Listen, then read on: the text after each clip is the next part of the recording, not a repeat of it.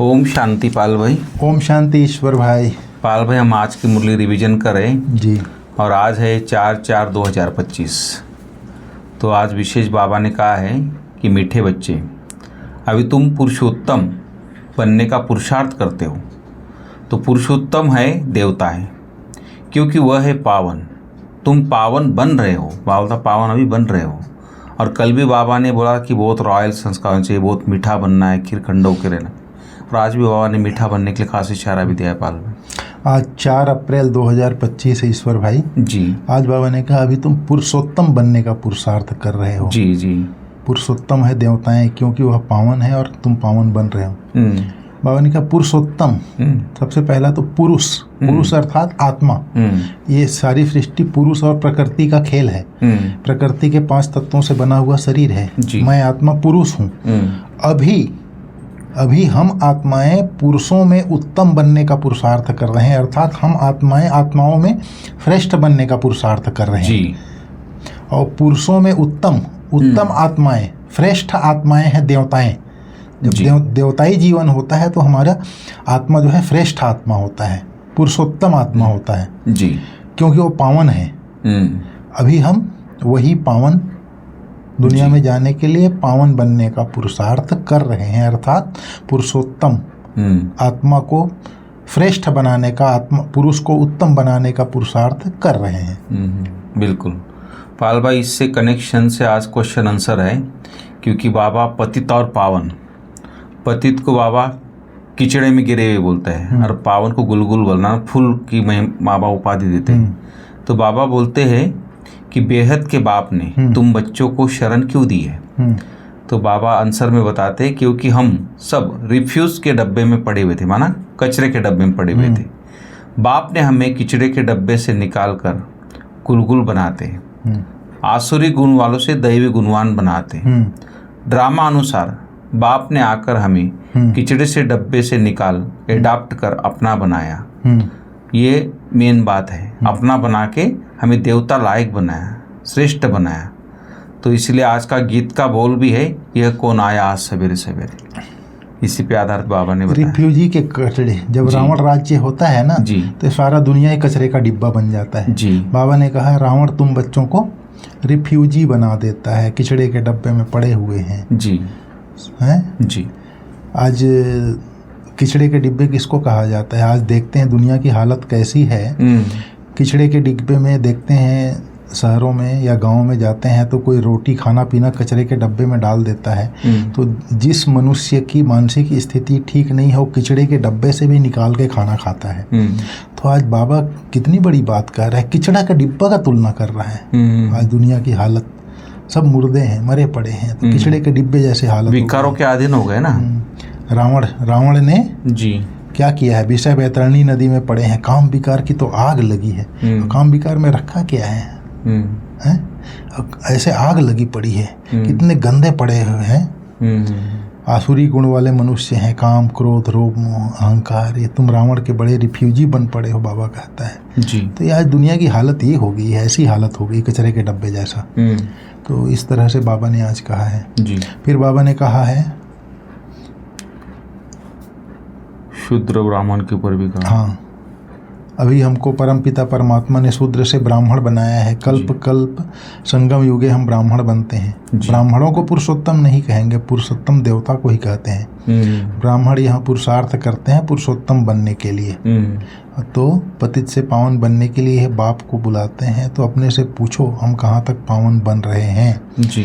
फिर बाबा ने कहा कि तुम बच्चों की बुद्धि में है कि हम ब्राह्मण बने हैं देवता बनने के लिए। बिल्कुल, यह है अमूल्य जीवन, क्योंकि तुम ईश्वरीय संतान हो।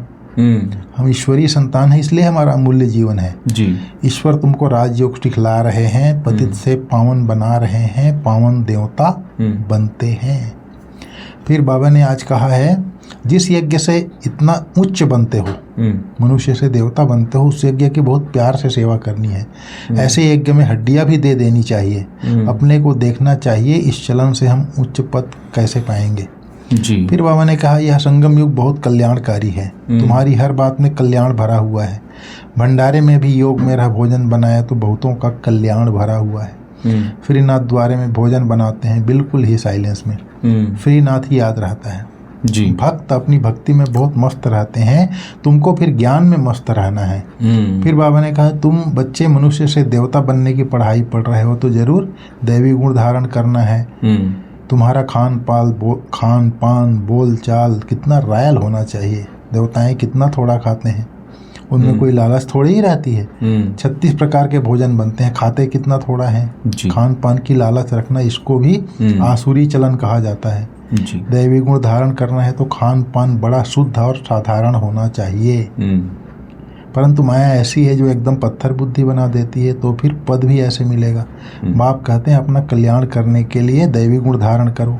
फिर बाबा ने कहा स्टूडेंट में भी सीनियर जूनियर होते हैं, दास दासियों में भी होते हैं सतयुग में। बाबा ने कहा फिर कहा जो अच्छे हैं उच्च बनाने वालों का भी फिर रिगार्ड रखना होता है। आज बाबा ने प्रकाश मणि दादी को याद किया। देखो कुमार का है, वह सीनियर है तो रिगार्ड रखना चाहिए। बाबा ने कहा जो महारथी उनका रिगार्ड रखो, रिगार्ड नहीं रखते तो अपने ऊपर पाप का बोझा चढ़ाते हैं। यह सब बातें बाप ध्यान दिलाते हैं। बड़ी खबरदारी रखनी चाहिए, नंबरवार किसका कैसे रिगार्ड रखना चाहिए। बाबा तो हर एक को जानते हैं ना, किसको कहें कि क्या है। कई आदमी फिर सामने वाले की बेइज्जती करते हैं, तो बाबा कहता है ट्रेटन बनने में देरी नहीं करते। आत्मा ही अपना मित्र और अपना ही शत्रु बनती है। जो चाहे सो करे, पूछना माना दिल है। मुख्य बात है याद की, याद से ही तुम पावन बनते हो। यह लक्ष्मी नारायण नंबर 1 पावन है। मम्मा कितनी सर्विस करती थी, ऐसा तो कोई कह ना सके कि मैं मम्मा से भी होशियार हूँ। मम्मा ज्ञान में सबसे तीखी थी। योग की कमी बहुतों में है, याद में रह नहीं सकते हैं। याद नहीं करेंगे तो विकर्म विनाश कैसे होगा। ला कहता है पिछाड़ी में याद में ही शरीर छोड़ना है। शिव बाबा की याद से ही प्राण तन से निकले। एक बाप के सिवाय और कोई याद न आए, कहाँ भी आसक्ति न हो।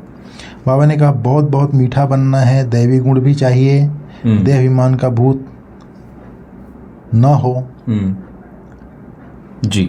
बाबा बार बार समझाते हैं अपने पर बहुत ध्यान रखना है, बहुत प्यार से चलना है। बाप को याद करो और चक्र को याद करो। बाबा ने कहा चक्र का राज किसी को भी समझाओ तो बहुत वंडर खाएंगे। 84 जन्मों की ही किसको याद नहीं रहती है तो 84 लाख जन्म फिर कैसे याद कर सकेंगे। फिर बाबा ने कहा पुरानी दुनिया से भी वैराग्य चाहिए। बुद्धि योग शांति धाम और सुख धाम में लगा रहे। गीता में भी है मन मना भाव। गीता पार्टी भी मन मना भाव का अर्थ नहीं जानते हैं।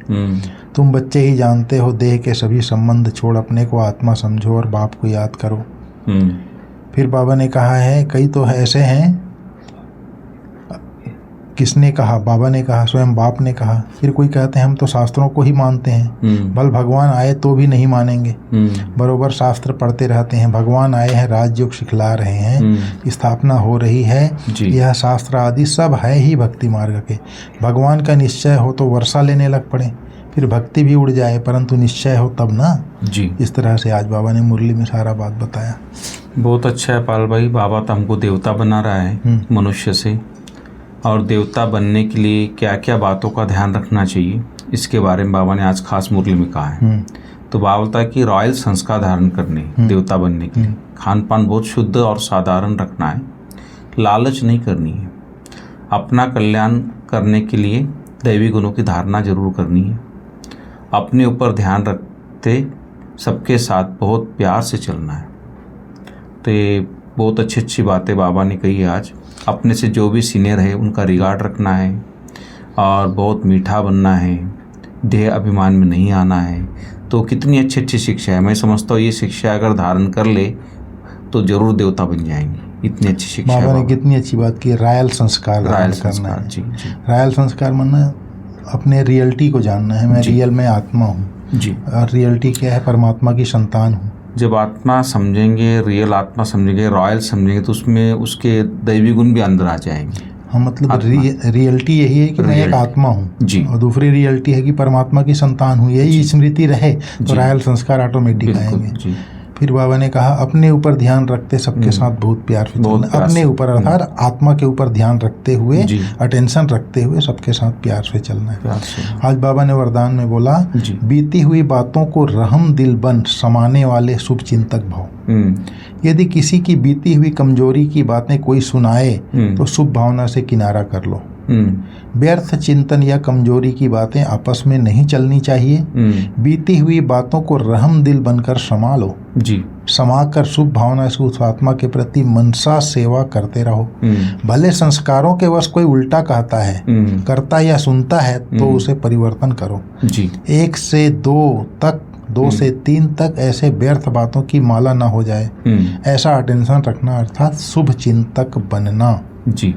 फिर बाबा ने आज स्लोगन में बोला है, संतुष्ट मणि बनो तो प्रभु प्रिय, लोकप्रिय और स्वयं प्रिय बन जाएंगे। जी। संतुष्ट मणि, जो आत्मा ज्ञान गुण शक्तियों से संपन्न है वही संतुष्ट मणि बन सकता है। जी। ये नहीं कि मकान मिल गया, कपड़ा मिल गया, बढ़िया बढ़िया खाना मिल गया, मैं तो मस्त हूँ, ये संतुष्टता नहीं। आत्मा की तृप्तता, जब तक ज्ञान गुण शक्तियों से भरपूर नहीं होगी आत्मा संतुष्ट नहीं हो सकती। और जब ज्ञान गुण शक्तियों से संतुष्ट बन जाएंगे तब ही प्रभु प्रिय, लोकप्रिय और स्वयं के प्रिय बन जाएंगे। ठीक है भाई साहब, ओम शांति। Thank you.